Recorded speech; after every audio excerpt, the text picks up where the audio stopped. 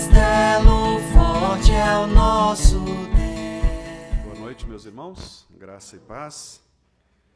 Nós vamos abrir a palavra de Deus no Salmo 124. Salmo 124 é o texto que nós vamos meditar nesta noite. O texto que nos ensina acerca do cuidado de Deus para conosco. A certeza de que somos preservados pelo Senhor. Todas as coisas, em todos os momentos, o Senhor está conosco sempre. Lembrando os irmãos que no nosso boletim físico, há um espaço para que você possa anotar aqui observações que você tiver acerca da pregação. Inclusive as crianças, podem anotar também termos aí desconhecidos, palavras que vocês não conhecem, perguntas, que vocês possam fazer também depois para o pastor, para que todos possamos aprender juntos da palavra de Deus. Vamos, antes de ler o texto, irmãos, orar então ao Senhor. Querido Deus, mais uma vez nós estamos diante de Ti e estamos, ó Deus, dispostos a ouvirmos a Tua palavra. Que o Senhor nos abençoe, que o Senhor abra o nosso entendimento, para que possamos, ó Deus, com santo temor, reverência, estarmos dispostos a compreender o que o Senhor tem para nos ensinar. Muito obrigado por estarmos aqui nesta noite, que o Senhor nos guarde como igreja, e que o Senhor, ó Deus, em nome de Teu Filho Jesus, nos abençoe. É o que te pedimos, em nome dele mesmo, Jesus Cristo, que vive e reina para sempre. Amém. Você já parou para pensar quantas e tantas vezes livramentos aconteceram sobre a sua vida? Tantas e quantas vezes você precisou enfrentar desafios, sejam eles de diversas naturezas, de tantas naturezas, talvez uma enfermidade, talvez um problema financeiro, talvez uma situação familiar. E você já chegou a contar quantas vezes Deus, de fato, providenciou livramentos para a sua vida? Esta é uma pergunta que o Salmo 124 vai nos ajudar a responder. E o Salmo 124 vai exatamente trazer para nós perspectivas a partir da palavra do Senhor, inserida no coração do salmista, no caso aqui o salmista Davi, para que nós possamos, meus irmãos, se é que estamos esquecidos disso, nos lembrar de quantas vezes o Senhor nos tem livrado das dificuldades da vida. Este é um salmo riquíssimo, como vários dos salmos que nós temos aqui, e é um salmo que faz parte de um conjunto de salmos que são chamados salmos de peregrinação ou cânticos de romagem. Embora alguns autores questionem esta denominação, romagem, porque literalmente seria caminho para Roma, quando na verdade eles estavam a caminho para Jerusalém. Então seria talvez mais apropriado nós considerarmos estes salmos como cântico de peregrinações, ou talvez cântico dos degraus, uma vez que Jerusalém estava colocada numa parte acima do nível normal das demais regiões, e de fato as pessoas tinham que subir alguns degraus, subir uma montanha, para que pudesse chegar a Jerusalém. Eram salmos cantados pelo povo de Israel quando estava em direção a Jerusalém. Jerusalém que nós acabamos de cantar aqui, onde estava o Monte Sião, que representa inclusive a presença de Cristo Jesus, o Senhor. O Salmo 125 fala sobre isso, que aqueles que confiam no Senhor, eles são como este monte, o Monte Sião, que não se abala, mas permanece firme para sempre. O autor do Salmo 124 é Davi, salmo davídico. Nós não sabemos muito bem qual é o contexto do salmo, ou seja, não há uma definição exata de quando e por que razão Davi compôs este salmo, o que era, aliás, comum nos salmos de peregrinação, porque como eram cânticos de Israel, nem sempre eles se referiam a uma situação específica, mas eles revelavam, na verdade, aquilo que estava na experiência do povo. E, como nós vamos ver neste salmo relata a experiência de um livramento do Senhor em favor do seu povo. Provavelmente, o texto esteja se referindo aqui a alguns dias em que Israel esteve vivenciando perseguições, às vezes ataques de nações inimigas, às vezes problemas relacionados também à própria adoração ao Senhor, questões relacionadas ao culto. Como eu disse, nós não sabemos bem definir em que circunstância, mas pela linguagem do texto, que é uma linguagem militar, uma linguagem que dá a ideia de uma guerra, e nós vamos perceber isso em algumas palavras-chave aqui, é muito provável que este salmo estivesse mesmo num contexto em que Israel estava lutando contra uma nação inimiga. Muito provavelmente seja este o momento, né, em que Davi compôs este salmo. Obviamente, se nós fôssemos aplicar de maneira direta este salmo, o salmo não se aplicaria a nós nesse sentido, porque nós não vivemos um momento de guerra. A nossa nação não está em guerra, né? Os cristãos não estão em guerra, como Israel estava nesse momento. Mas, obviamente, nós podemos aplicar este salmo a outros tipos de guerras que nós enfrentamos no dia a dia, como, por exemplo, as pressões culturais, como, por exemplo, as perseguições ideológicas, as perseguições sutis que muitas vezes vêm contra os valores do reino de Deus, quem sabe dúvidas, incertezas que são plantadas na mente, nos corações dos crentes, para muitas vezes duvidarem da própria palavra de Deus, da promessa do Senhor.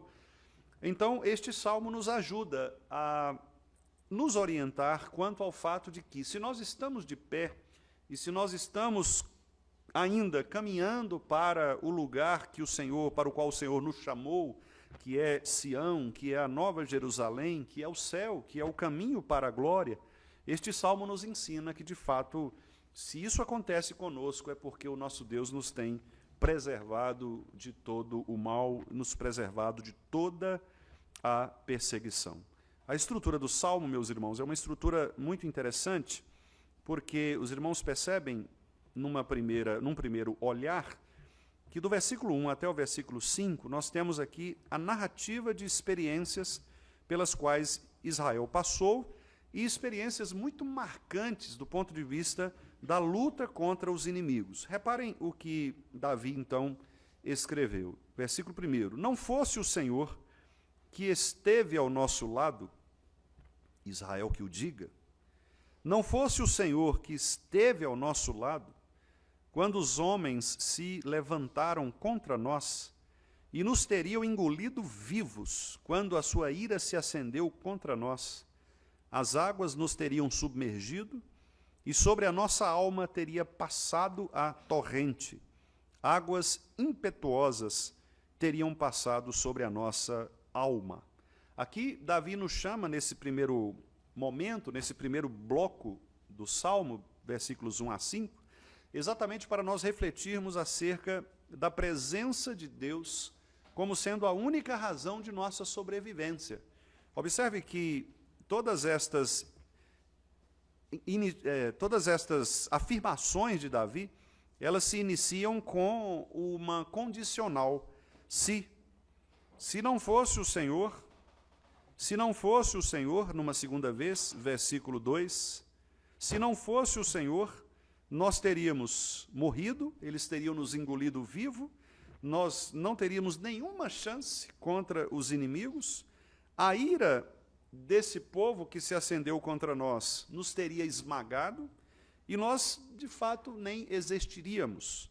Repare, então, que aqui Davi reconhece que o livramento não veio apenas de alianças humanas, como, por exemplo, era muito comum naquela época, reis se coligarem com outros reis para batalharem em favor de uma determinada nação.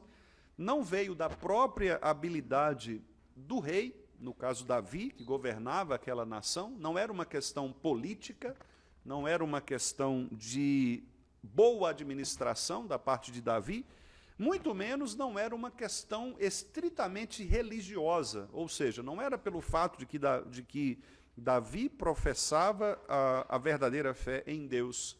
Mas claramente o salmista mostra, pela linguagem que nós acabamos de ver, que o Senhor está no centro de todo livramento em favor do seu povo. Essa, portanto, é a soberana intervenção de Deus de maneira clara em favor do seu povo. Repare que nos 2 versículos, 1 e 2, a expressão não fosse o Senhor que esteve ao nosso lado, ela se repete, não fosse o Senhor que esteve ao nosso lado.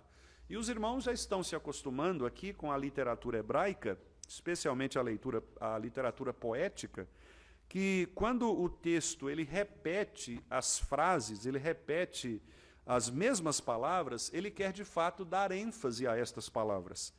E da maneira como ele está colocado aqui, e eu inclusive expliquei isso aos irmãos no sermão passado, quando nós tratamos de um outro salmo, Salmo 114, nós vemos que o paralelismo, ou seja, o fato de as frases serem colocadas uma sobreposta à outra, e elas terem sentidos parecidos, isto dá à poesia hebraica exatamente esta força comunicativa ou retórica, para fazer com que o povo possa pensar e, retoricamente, responder à pergunta que já é sugerida na própria afirmação do salmista.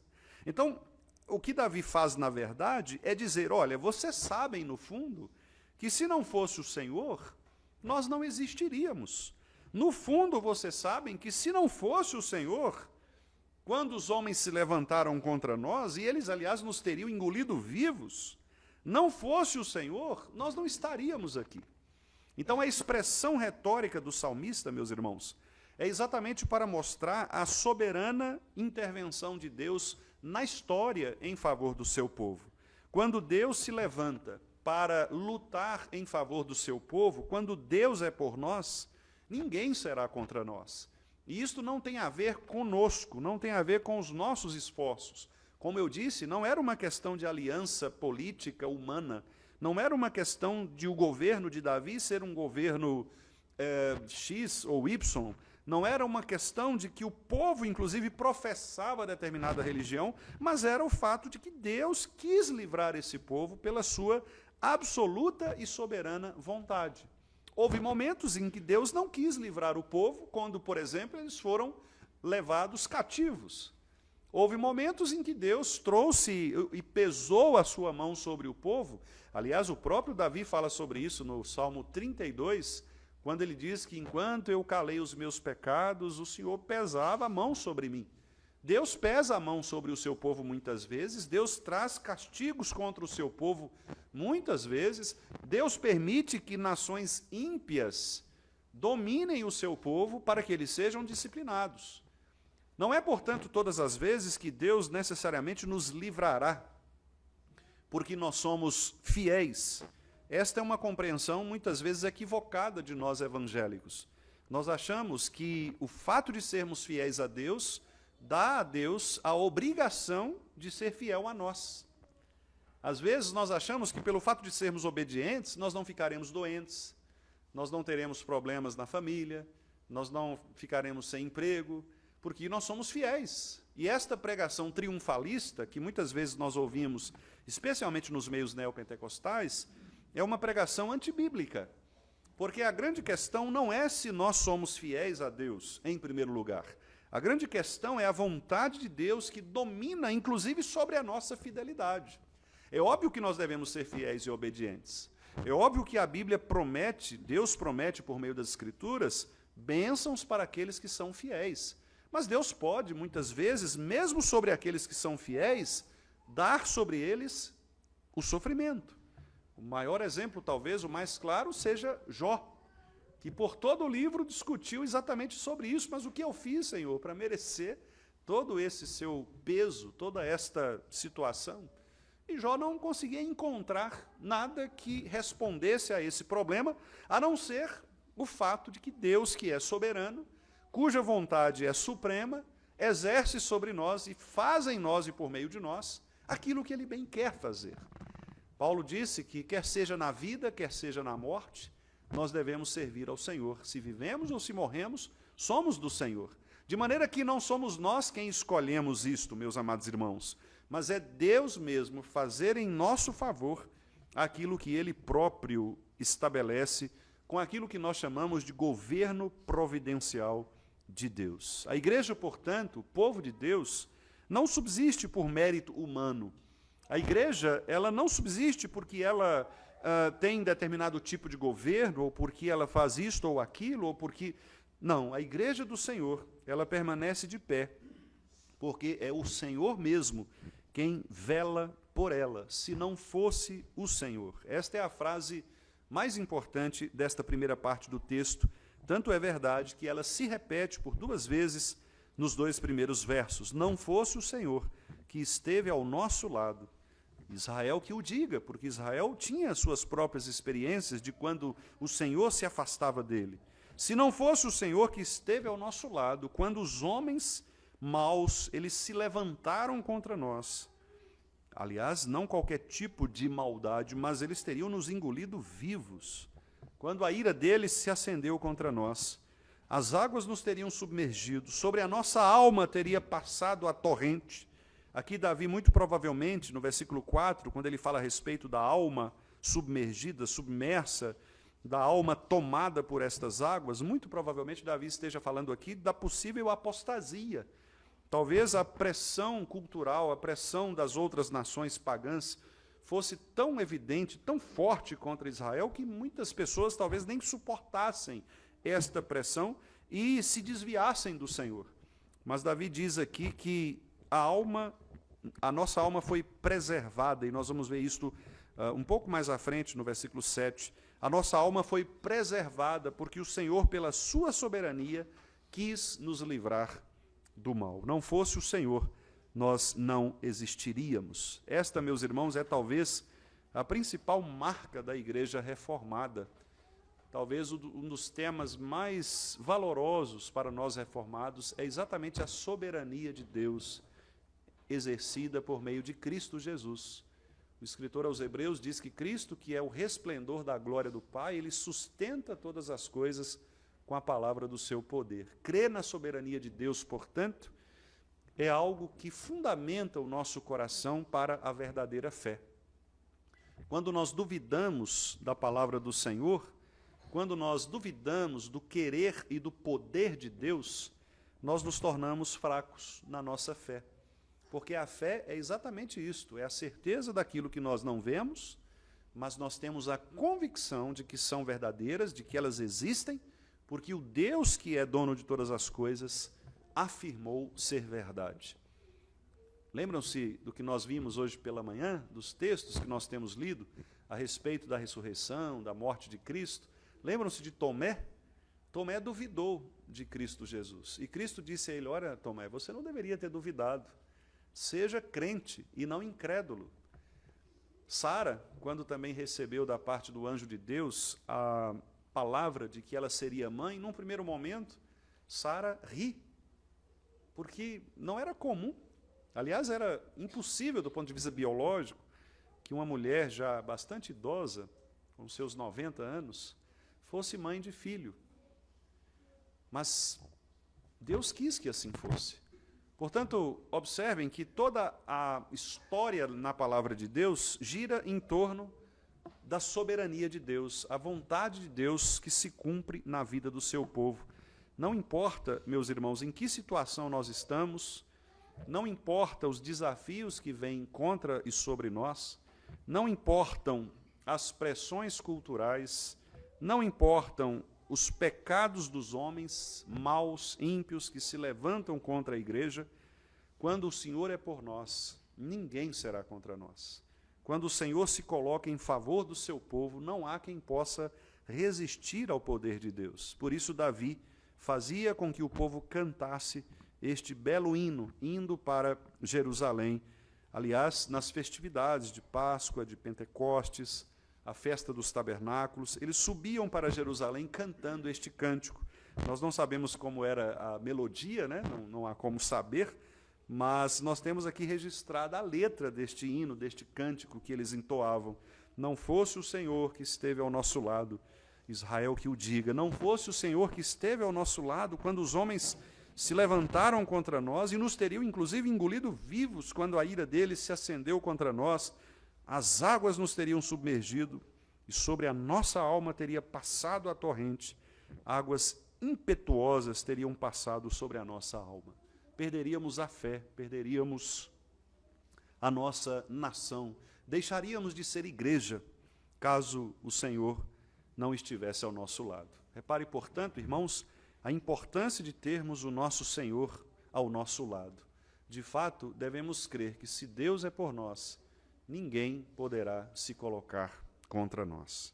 O versículo 6, os versículos 6 e 7, é a segunda parte do Salmo. E nesta segunda parte nós vemos Davi louvando a Deus por este livramento. Ele reconhece que não fosse o Senhor, o povo estaria perdido. E agora, portanto, ele louva ao Senhor, ele se dirige ao Senhor. Ele faz com que o povo de Israel se dirija diretamente ao Senhor, dizendo: bendito o Senhor, que não nos deu por presa aos dentes deles. Salvou-se a nossa alma, como um pássaro do laço dos passarinheiros. Quebrou-se o laço, e nós nos vimos livres. Este versículo 7, ele tem uma implicação muito profunda na nossa teologia bíblica, porque, de fato, na teologia bíblica, nós somos colocados como pessoas que são presas pelo poder de Satanás, pelo poder do pecado. A literatura bíblica, no geral, ela se refere às pessoas ímpias como aquelas que estão escravizadas, presas. E, de fato, é assim. Muito embora os ímpios acusem os crentes de terem uma mente fechada, uma mente, muitas vezes, que não se abre para as demais experiências, a Bíblia diz exatamente o contrário. A Bíblia diz que esta suposta liberdade do ímpio, na verdade, é uma prisão, porque o ímpio, embora ele pense estar livre, ele está enlaçado pelo pecado, ele está preso neste império das trevas. Enquanto o crente, que uma vez foi liberto deste império, foi liberto desta prisão, ele pode sim experimentar todos os benefícios que Deus criou. Ele vê o mundo de um modo diferente, ele vê as vantagens do mundo de um modo muito diferente daqueles que os ímpios veem. Os ímpios, meus irmãos, ao se relacionarem com as oportunidades do mundo, eles se tornam prisioneiros dessas oportunidades. Quantas pessoas, por exemplo, que têm a liberdade de se divertir, mas transformam esta liberdade numa prisão existencial. Pessoas que se divertem, mas se divertem de maneira pecaminosa e por isso se tornam escravas das suas próprias diversões. Muitas vezes das drogas, das bebidas, do sexo irrestrito, porque são pessoas que querem, na verdade, viver em liberdade, mas elas estão aprisionadas por causa da sua vida, que é exatamente uma vida escravizada pelo pecado. O crente, ao contrário, ele consegue perceber todas estas coisas, mas ele encontra prazer nestas coisas. Ele encontra prazer em tudo aquilo que Deus criou, de uma maneira ordenada, de uma maneira alegre, de uma maneira orientada. O crente não se torna escravo nem dele mesmo, nem da criação, porque ele é livre em Cristo Jesus. Ele é livre não para fazer aquilo que ele quer quanto à sua cobiça pecaminosa, mas ele é livre para fazer aquilo que Deus ordena que ele faça. E ele faz isso de maneira feliz porque ele sabe que se não fosse o Senhor que estivesse ao seu lado, ele estaria perdido. Uma vez que nós sabemos que o Senhor está ao nosso lado, que o Senhor nos livrou do pecado e da morte, uma vez que nós sabemos que nós não nos apostatamos da fé, porque é Deus quem nos sustenta, é Ele quem se mantém conosco, nós então entramos aqui nos versos 6 e 7, dizendo: bendito o Senhor, que não permitiu que o pecado se tornasse, que nós nos tornássemos presa do pecado, que não permitiu que o pecado nos enlaçasse de tal maneira a nos aprisionar em nossos vícios. Pelo contrário, o Senhor salvou a nossa alma. E ele ilustra aqui de uma maneira muito interessante, usando o pássaro no laço dos passarinheiros. Todos os irmãos que já viram passarinhos em gaiolas, especialmente aqueles que usam uma correntinha, né? Geralmente os papagaios, os periquitos, né? Usam a correntinha e ele se torna aprisionado ali, né? E a ideia aqui é exatamente esta. Um pássaro que está numa gaiola, muito embora ele tenha uma certa liberdade, aquela liberdade ela é restrita, ela é condicionada. O pecado é assim também, ele nos aprisiona, ele nos acondiciona dentro de uma mentalidade que é uma mentalidade completamente restrita. Ela não consegue ver o mundo como criação de Deus e, portanto, usufruir da criação de Deus louvando o Senhor. Mas ele se aprisiona nos vícios, se aprisiona no pecado. Portanto, a imagem aqui que Davi constrói é de alguém que, de repente, encontra aquele pássaro preso numa gaiola, preso numa corrente, e ele então abre a porta desta gaiola, ele corta esta corrente, e agora o pássaro que pensava que o seu mundo era só aquele que estava dentro da gaiola, se vê mergulhado num universo muito maior. E é curioso, meus irmãos, porque nós, seres humanos, nós precisamos de universos maiores. Deus não nos criou para sermos aprisionados por universos menores. O cristianismo, ele nunca torna uma pessoa refém de ideias pequenas, no sentido de pessoas bitoladas, pessoas fechadas numa redoma. Nós não somos seita. As seitas, geralmente, elas são construídas em torno de isto é proibido, isto é permitido, como uma lista que você estabelece coisas que você precisa fazer para se tornar um crente, coisas que você não pode fazer de jeito nenhum. Então, eu não posso usar calça, eu não posso cortar o cabelo, eu não posso usar pinturas, eu não posso fazer isso, não posso ver televisão, eu não posso... Isso é seita. O cristianismo, ele não nos engessa. O cristianismo, e por isso mesmo ser cristão é perigoso, porque o cristão ele é livre. E a liberdade é talvez um dos maiores problemas do ser humano. O ser humano não sabe ser livre. Porque uma vez que nós caímos em Adão, nós nos tornamos prisioneiros do pecado. Então, é mais ou menos o seguinte, com o perdão da ilustração, mas é como se você der uma picanha bem suculenta a um urubu. O urubu, por mais que ele veja ali a carne, ele não vai se interessar absolutamente por aquela picanha, porque não é da natureza dele. Ele não vai saber apreciar algo que é gostoso, saboroso, porque a natureza dele está presa. Ele está aprisionado na podridão de tal maneira que ele não consegue ver que há beleza, gosto, que há outras coisas fora daquilo que ele considera bom. A menos que um milagre acontecesse ao urubu, não é? E ele então se tornasse um urubu carnívoro de verdade, capaz de apreciar uma contrafilé, uma picanha, não é? A menos que um milagre acontecesse. Obviamente eu não estou chamando ninguém aqui de urubu, mas é como se nós fôssemos esse urubu aprisionados pelo pecado, quando estávamos em Adão. Deus estava oferecendo para nós um banquete com coisas deliciosas ao nosso redor, mas nós não conseguíamos sequer sentir o cheiro destas coisas boas. Nós desejávamos sempre o pecado. E é interessante quando uma pessoa se converte, porque agora ela consegue cheirar as coisas, ela consegue ver a beleza ao redor dela. Mas é muito ruim quando, mesmo vendo toda esta beleza, ela se volta de novo para o que é podre, para o que não é bom. Este é o retorno ao pecado, que, aliás, a Escritura usa um termo também bastante nojento para isso, se referindo ao cão que volta ao seu próprio vômito. O que é isso? É aquela pessoa que tem a liberdade de não mais se escravizar pelo pecado, mas ela opta por prender o seu coração, ou deseja aprisionar o seu coração, naquilo que o próprio Deus disse, isso é ruim. Vejam, por exemplo, quantos dos nossos jovens poderiam ter uma vida belíssima, uma vida conjugal, por exemplo, na presença do Senhor, mas eles optam por não fazer isso.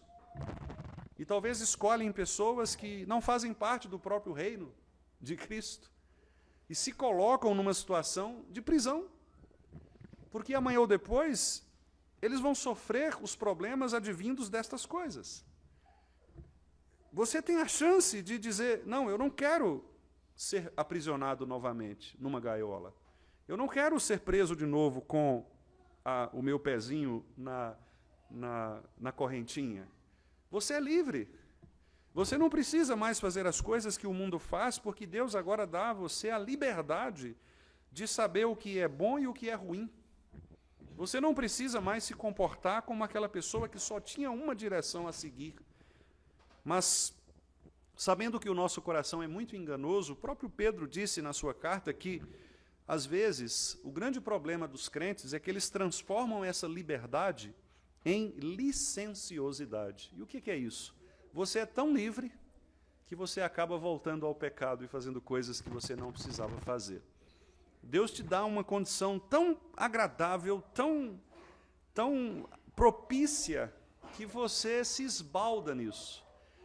É como se você tivesse ali diante de você um banquete de alimentos fartos e você não soubesse a hora de parar de comer. E você vai comendo, vai comendo, vai comendo, vai comendo, vai comendo. Uma hora você vai passar mal, né? Você torna aquilo que Deus dá a você objeto de pecado. Você torna a bênção que Deus te dá objeto do pecado. Ou seja, você quer se aprisionar de novo, como o passarinho que estava preso no laço dos passarinheiros. Mas Davi faz o povo pensar sobre isso. Louve o Senhor, porque é este Senhor que não permite que nós sejamos este povo indefeso como uma ave presa. É o Senhor que faz com que nós saibamos que a soberania dele sobre nós e o cuidado dele para conosco nos faz livres para vivermos de acordo com a vontade dele. Nós nos vimos livres. Nós somos livres. Somos livres para viver uma vida de obediência, uma vida saudável, uma vida de alegria, uma vida de gratidão, uma vida de devoção ao Senhor. Nós somos livres, por exemplo, para não murmurarmos das coisas que nos acontecem. Se você murmura, é porque você quer murmurar. Você não precisa murmurar, porque Deus dá a você bênçãos sem medida. E se você fosse contar as bênçãos que Deus dá a você e compará-las com os desafios que você tem, embora até mesmo os desafios também sejam bênçãos do Senhor, mas suponhando que não fossem, ainda assim a balança seria desigual. As bênçãos do Senhor, ou aquilo que você considera bom para você, é infinitamente maior do que aquilo que você considera mal. Portanto, não há razões para a murmuração, e é por isso mesmo que a Bíblia chama a murmuração de talvez um dos pecados mais graves. É um tipo de incredulidade, porque é uma maneira de nós não percebermos a providência de Deus agindo em nosso favor.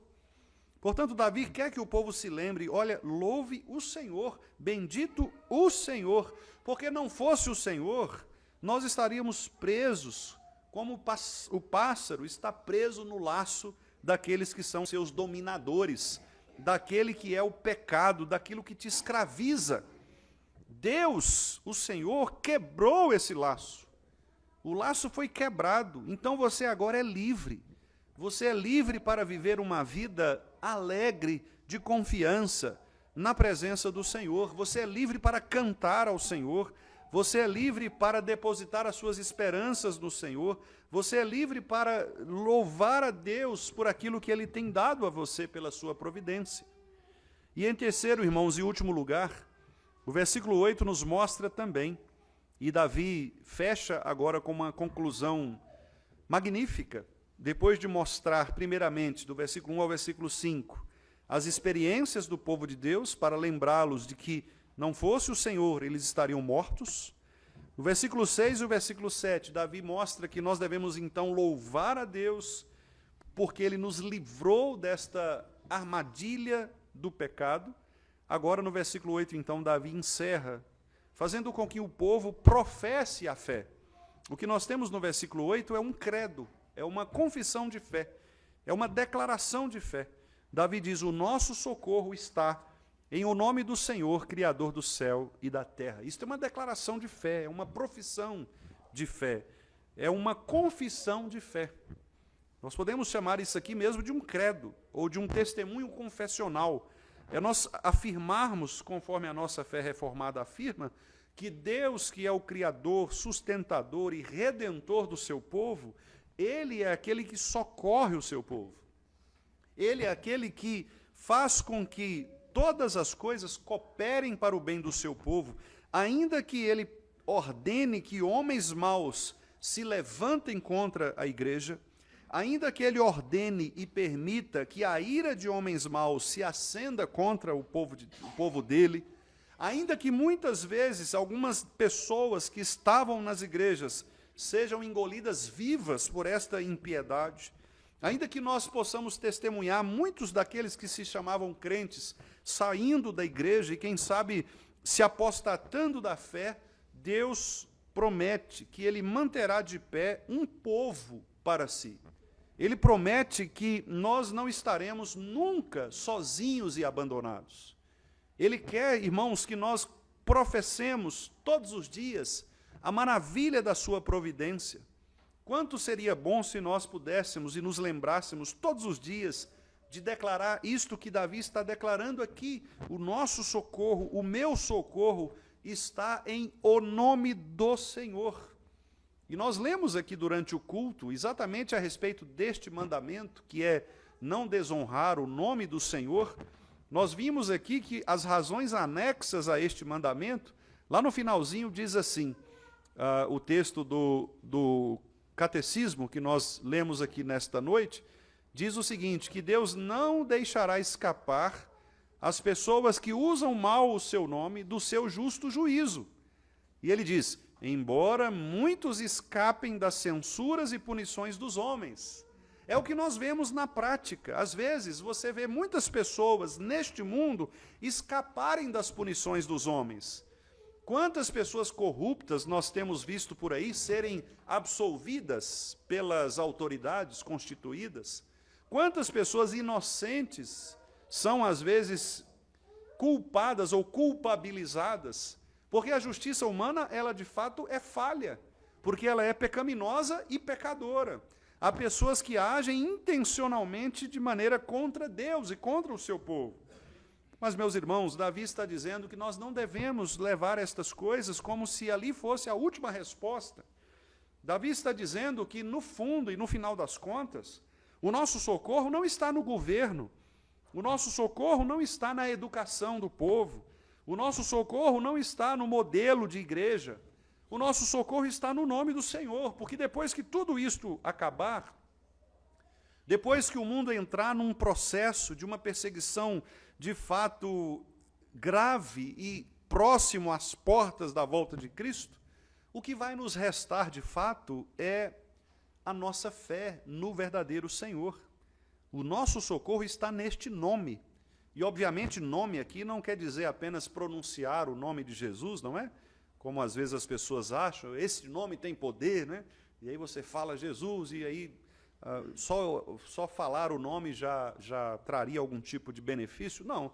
Nome na Bíblia significa o Senhor, o ser de Deus, as suas obras. Portanto, o nosso socorro está em Deus, no seu ser, nas suas obras, a obra de proteção, a obra de preservação do seu povo, de sustentação, a redenção em Cristo Jesus.